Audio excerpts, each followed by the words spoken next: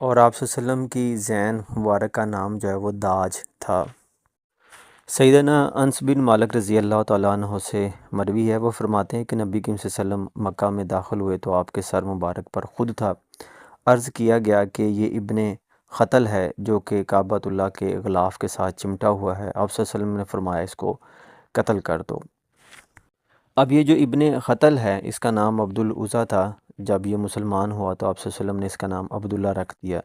ये आसमानी वही लिखा करता था। एक मरतबा नबी करीम सल्लल्लाहु अलैहि वसल्लम ने इसको आमल बनाकर सदका इकट्ठा करने के लिए भेजा। साथ एक अंसारी और एक ग़ुलाम भी था।